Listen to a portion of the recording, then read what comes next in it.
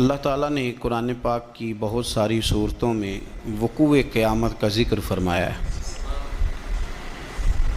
جس آدمی کا قیامت پر ایمان نہ ہو وہ آدمی مسلمان نہیں ہوتا۔ قیامت آئے گی، قیامت قائم ہوگی، حشر کا میدان لگے گا، گناہگار کو سزا، نیکوکار کو جزا ملے گی۔ یہ وہ تصور ہے جو انسان کی تربیت کرتا ہے، یہ وہ تصور ہے جو اسے زندگی میں چلنے کا طریقہ بتلاتا ہے، حلال حرام کے بیچ فرق کرنے کی اسے نصیحت کرتا ہے۔ اگر قیامت کا تصور زندگی سے نکل جائے تو پھر لوگ بالکل شترے بے مہار اور بے لگام ہو کے دنیا میں گھومیں گے۔ اس لیے قرآن مجید نے بڑی شرح و بسط کے ساتھ، بڑی وضاحت کے ساتھ، بڑی تفصیل کے ساتھ قیامت اور وقوع قیامت کا ذکر فرمایا۔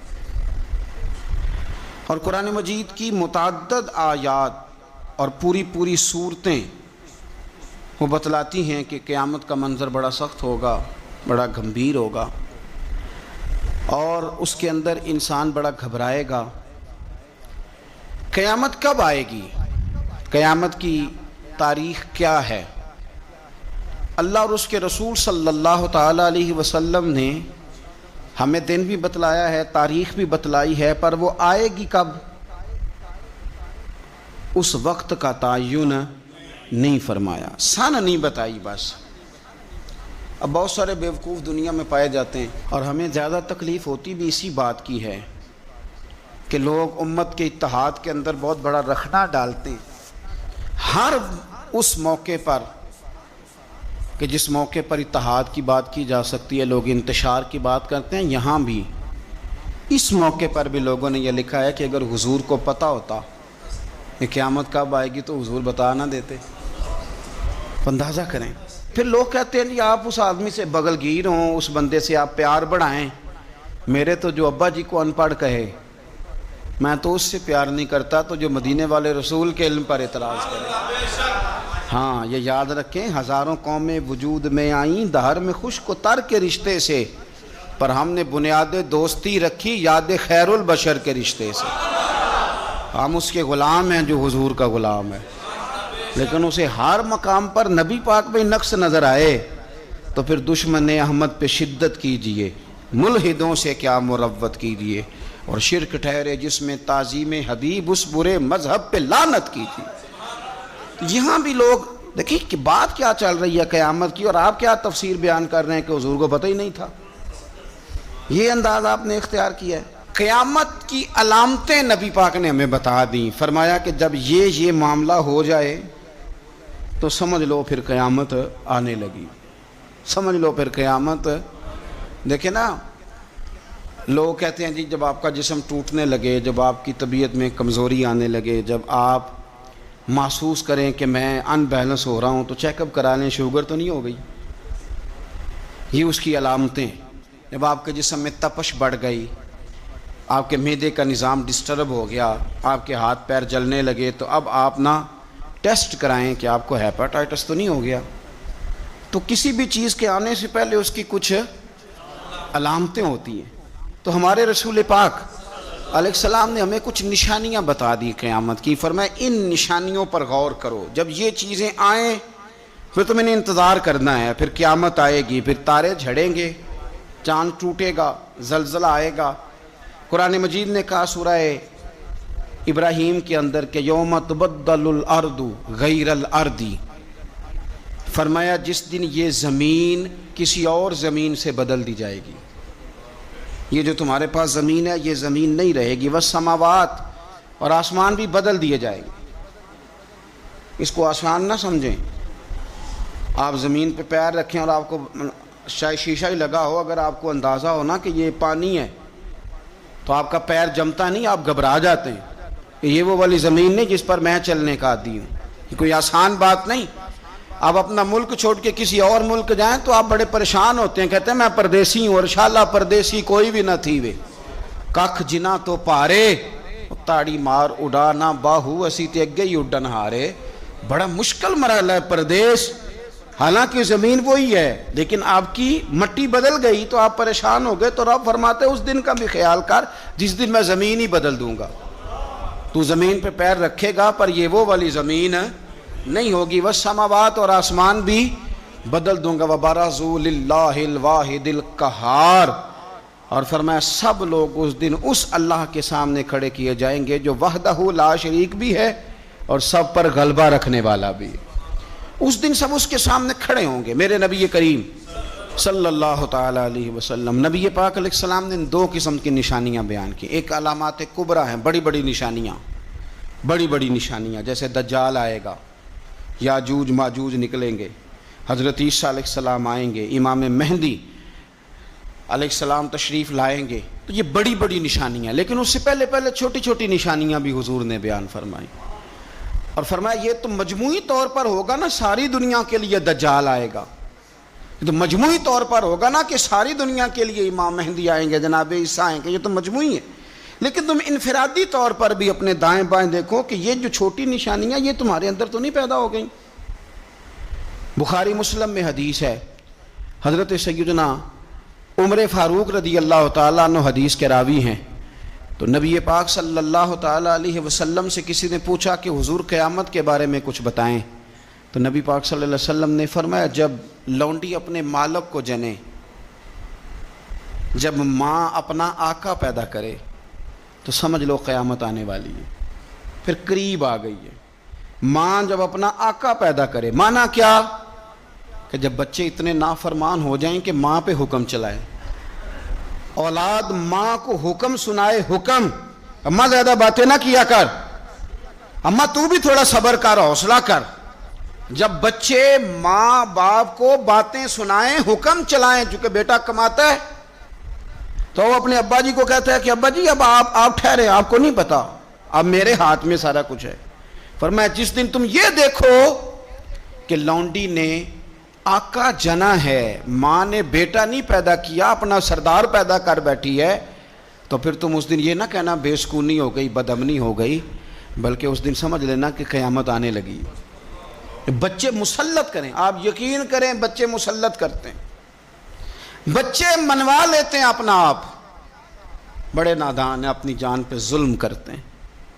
اور میں نوجوانوں کو ایک بات عرض کروں، ماں باپ کی بات ماننے کا نام ان کی خدمت نہیں، ان کو خرچہ دینے کا نام خدمت نہیں، بلکہ بتائے رسول کریم علیہ السلام نے کیا فرمایا؟ فرمایا رضا اللہ فی رضا الوالد، تو سمجھ جا کہ تیرا والد راضی کس بات میں ہوتا ہے۔ اگر تو اس بات کو پا گیا، تو اس کی رضا کو اگر پا گیا تو پھر تیرا اللہ بھی راضی ہو گیا۔ تو یہ غور کر کہ والد گرامی راضی کس بات، ان کی رضا، ماں کی رضا کی۔ یار دو یار بچوں سے چھوڑے جاتے ابے کے کہنے پر، دو دوست نہیں چھوڑے جاتے، والا ابا کہتے ہیں ان کے ساتھ نہ بیٹھا کر، کہتے ابا جی یہ تو اچھے بنے ہیں۔ اس کی رضا کو پا جا، اس کی طبیعت کو پرکھ، تو محسوس کر کے یہ راضی کس بات میں ہوتے ہیں۔ تو ماں باپ کی رضا میں راضی ہو جا، تیرا رب بھی تجھ سے راضی ہو جائے گا۔ تو حضور نے فرمایا جب تم دیکھو نا، جب تم دیکھو کہ لونڈی نے آقا جنا ہے تو پھر تم قیامت کا انتظار کرو۔ اور میرے رسول پاک علیہ السلام نے دوسری علامت بیان کی، یہ بخاری مسلم میں بھی ہے، مشکات کتاب الایمان میں بھی ہے۔ حضور صلی اللہ علیہ وسلم فرمانے لگے جب تم دیکھو کہ ننگے پاؤں، ننگے بدن والے محتاج لوگ، بکریاں چرانے والے، ننگے بدن والے، ننگے پیروں والے، یعنی جن کے پاس پہننے کو کپڑا نہیں تھا، پہننے کو جوتا نہیں تھا، بکریاں چرا کے گزارا کرتے تھے، وہ جب محلات پر فخر کرنے لگے، جو بڑی بڑی کوٹھیوں میں رہنے لگے، تو پھر سمجھ لو قیامت آ گئی ہے۔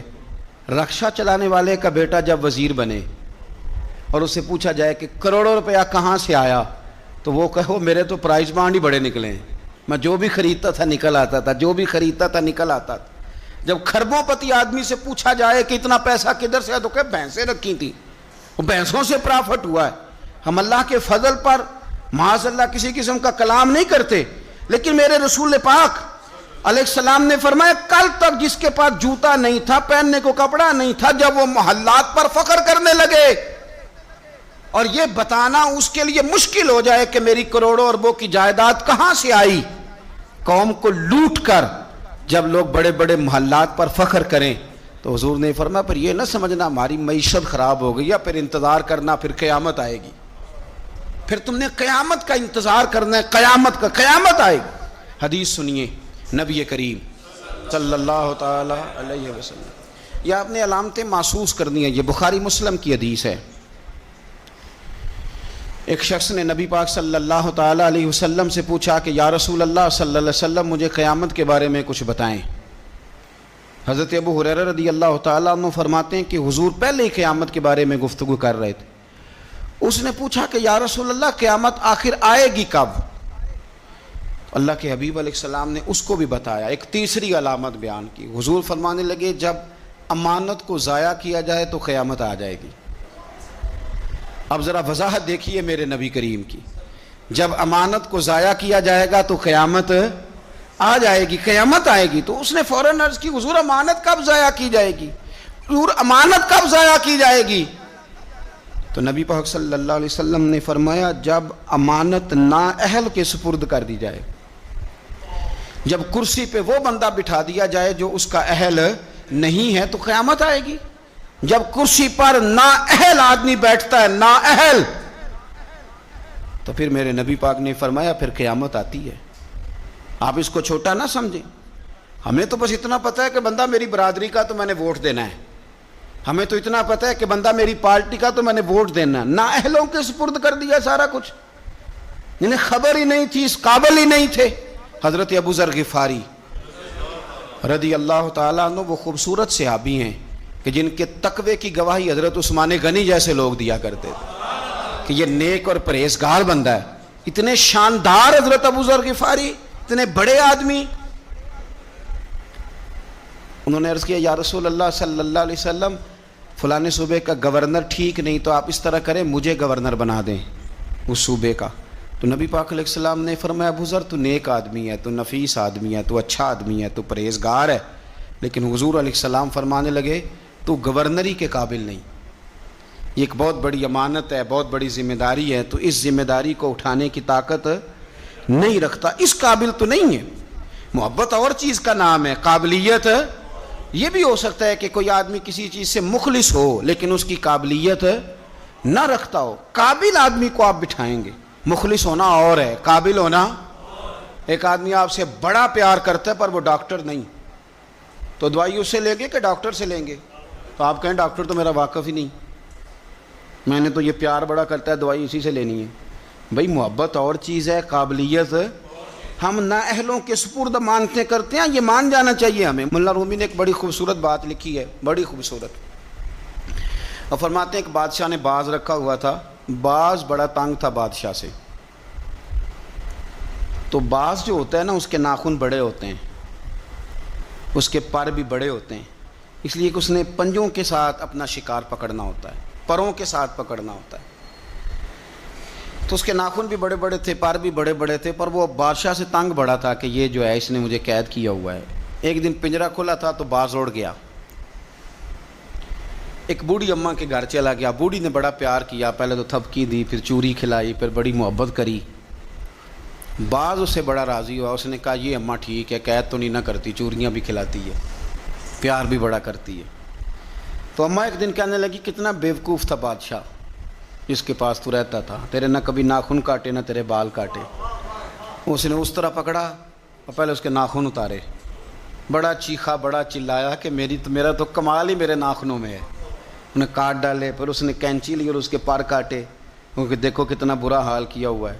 اب وہ نہ شکار پکڑنے کے قابل رہا نہ اڑنے کے قابل رہا، حالانکہ اماں نے کیا پیار ہی ہے، لیکن وہ پیار کر سکتی تھی، باز رکھ سکتی، اس کو رکھنے کے لیے کچھ صلاحیتیں، کچھ خوبیاں چاہیے۔ بادشاہ ڈھونڈتے ڈھونڈتے اس کے گھر آگے آ کے دیکھا تو اس کا برا حال ہے، اس کے قریب آیا تو وہ باز رونے لگا، تو کہنے لگا مجھے واپس لے چل، تیری قید ہی مجھے اچھی ہے۔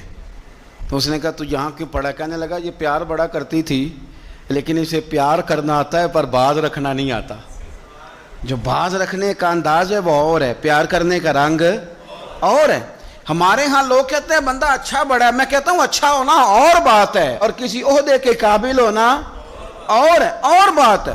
تو جب نااہل کے ذمے کام لگائے جاتے ہیں تو پھر کیا ہوتا ہے؟ پھر قیامت آتی ہے نااہلوں کے ذمے۔ 6 نشانیاں حضور نے اور بیان کی بخاری مسلم میں۔ نبی پاک صلی اللہ تعالیٰ علیہ وسلم نے فرمایا جب علم اٹھا لیا جائے گا اور جہالت کی کثرت ہو جائے گی، اور تیسرا فرمایا جب زنا کاری بہت زیادہ ہونے لگے گی، چوتھے نمبر پہ فرمایا جب شراب عام ہو جائے گی، اور پانچویں نمبر پر فرمایا جب مردوں کی تعداد کم ہو جائے اور عورتوں کی زیادہ ہو جائے، اور چھٹے نمبر پہ فرمایا جب تم دیکھو کہ 50 عورتوں کی سرپرستی کرنے والا ایک مرد ہے، ان کی نگہبانی کرنے والا ایک ہے، ایک مرد ہے 50 عورتیں، جب یہ 6 علامتیں آئیں تو سمجھ لو قیامت آنے والی۔ علم اٹھا لیا جائے گا۔ علم کیسے اٹھتا ہے؟ علماء جب چلے جاتے ہیں اور پیچھے نئے علماء تیار نہیں ہوتے تو پھر علم اٹھ جاتا ہے۔ بہت سارے ضلعوں کے ضلع ایسے ہیں جہاں عالم نہیں ملتا، سکھا آدمی نہیں ملتا، ضلعوں کے ضلع۔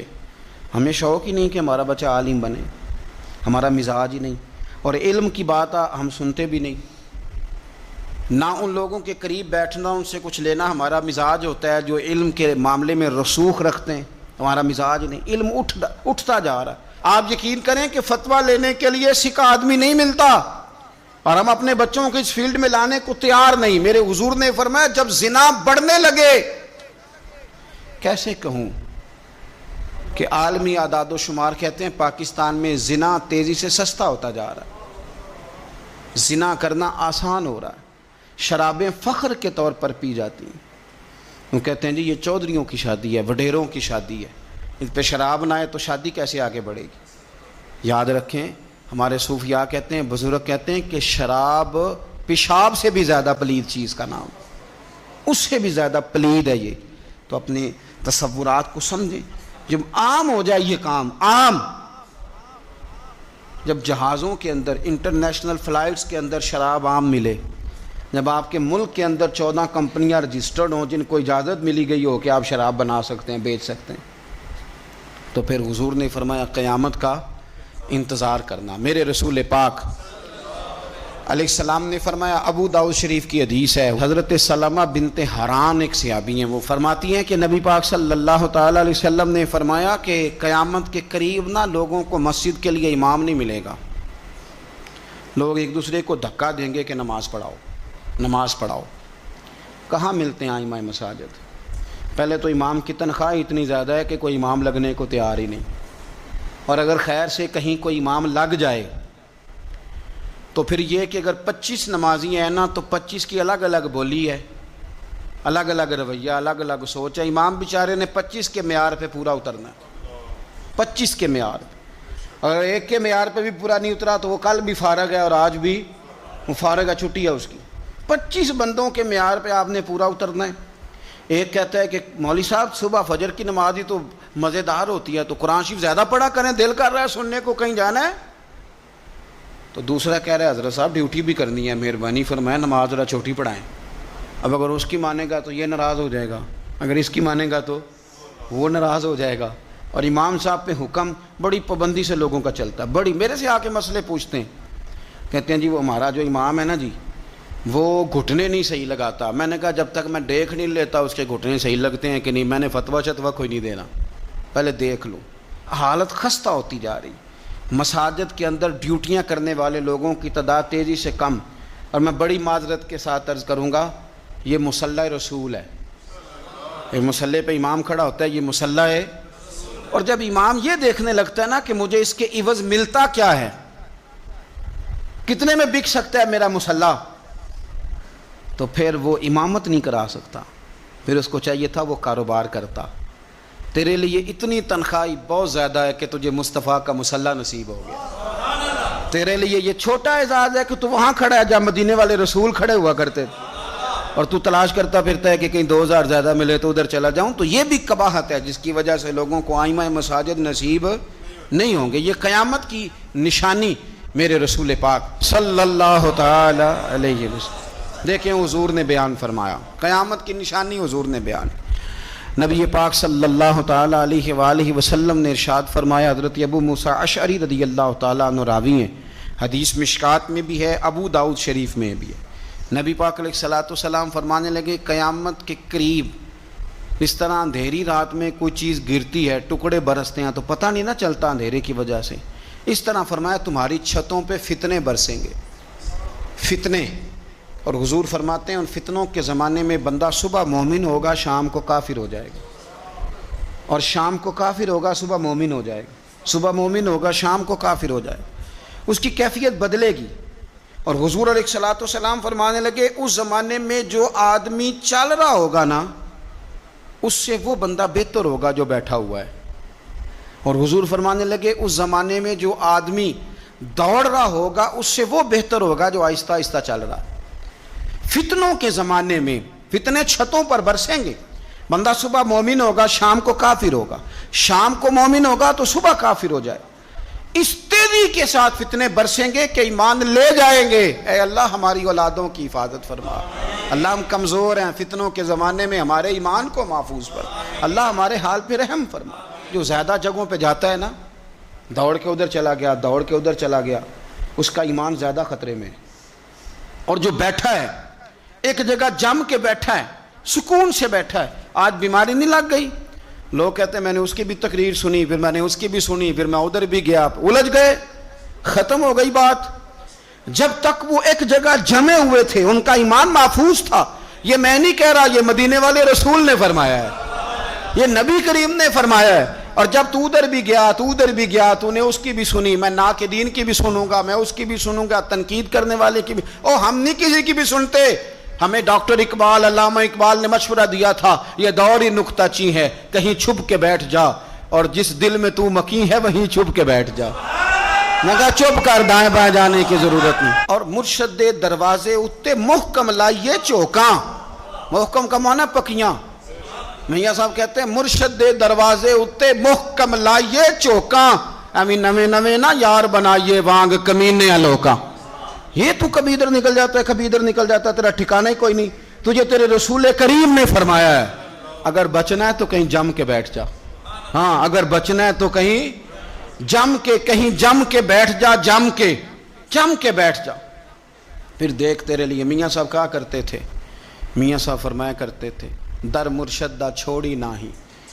یہ میں کسی پیر کے لیے یا اپنے لیے نہیں پڑھ رہا، یہ آپ سمجھ لیں مرشد کامل کے لیے پڑھ رہا ہوں۔ وہ کہتے تھے در مرشد دا چھوڑی نہ ہی، نہیں تے ہو جاویں گا روگی، تے جیڑی بکری اجڑوں وچھڑی یو بگیاڑاں جوگی۔ جیڑی بڑے بڑے بگیاڑ بیٹھے، بڑے بڑی لمبی چوڑی حدیثیں سنا کے باتیں، بڑے بڑے بگیاڑ، تو کسی کے قابو آ جائے گا، تیرے اندر طاقت نہیں بچنے کی، تو بس کر، یہ دور نکتہ چیں ہے، تو کہیں چھپ کے بیٹھ جا، اور جس دل میں تو مکیں ہے وہیں چھپ۔ 23 سال ہو گئے تھے بابا فرید الدین گنج شکر کو خواجہ قطب الدین کے پاس رہتے ہوئے، تو ایک شخص، یار اس رنگ کو، یہ ایک مزہ ہے، یہ جو ساری دنیا دیکھنے کا چسکا ہے نا، اور ساری یہ خراب کر دے گا۔ 23 سال ہو گئے تو خواجہ قطب الدین صاحب کی خدمت میں کسی نے کو بندہ آیا دلی میں، تو اس نے آ کے بابا فرید سے پوچھا فلانے محلے جانا ہے، تو آپ فرمانے لگے مجھے نہیں پتا۔ تو وہ کہنے لگا آپ بھی نئے آئے ہیں؟ فرمایا نہیں 23 سال ہو گئے۔ تو اس نے کہا پھر آپ کو پتہ ہی نہیں؟ تو فرمانے لگے 2 گلیوں کا پتہ ہے، ایک جو مرشد کے گھر جاتی ہے، دوسری جو واپس آتی ہے۔ مرشد دے دروازے اتے محکم لائیے چوکاں، ایویں نویں نویں نا یار بنائیے وانگ کمی۔ تو اگر فتنوں سے بچنا ہے تو آپ جم کے شریعت پر، دین پر اچھے طریقے، فتنوں سے بچیں، نئی نئی کہانیاں سننے سے بچیں۔ جو نئے لوگ آ جاتے ہیں نا نیا میک اپ کر کے کہ ہم اصل چیز لے کے آئے، اصل نہ بھائی، اصل وہی تھا جو داتا علی اجویری لے کے آئے تھے، اصل وہی ہے جو معین الملت والدین عطائے رسول خواجہ معین الدین چشتی لے کے آئے، اصل وہی ہے جو حضرت بہاءاللہ نقشبند بخاری نے بتایا، اصل وہی ہے جو شیخ شہاب الدین سہروردی نے بتایا، اصل وہی ہے جس کی تبلیغ غوث اعظم جیلانی نے فرمائی، جنہوں نے اپنی محبت کے ساتھ لوگوں کو دین کے اندر لا کر کے لوگوں کی روحوں تک مذہب اتارا۔ تو فتنوں کے زمانہ، یہ قرب قیامت کا زمانہ ہوگا، بھانت بھانت کی بولیاں، نئی نئی کہانیاں، ہمیں کیا لگے ان کہانیوں سے، ہم نے تو یہ بات سمجھ لی ہے، یہ بات ہمارے دل میں بیٹھ گئی ہے کہ بعد از خدا بزرگ توئی کس کا مختصر۔ اس پر جمے رہیں، اس پر قائم رہیں، اسی پر اللہ کی بارگاہ سے خاتمہ بالخیر مانگیں۔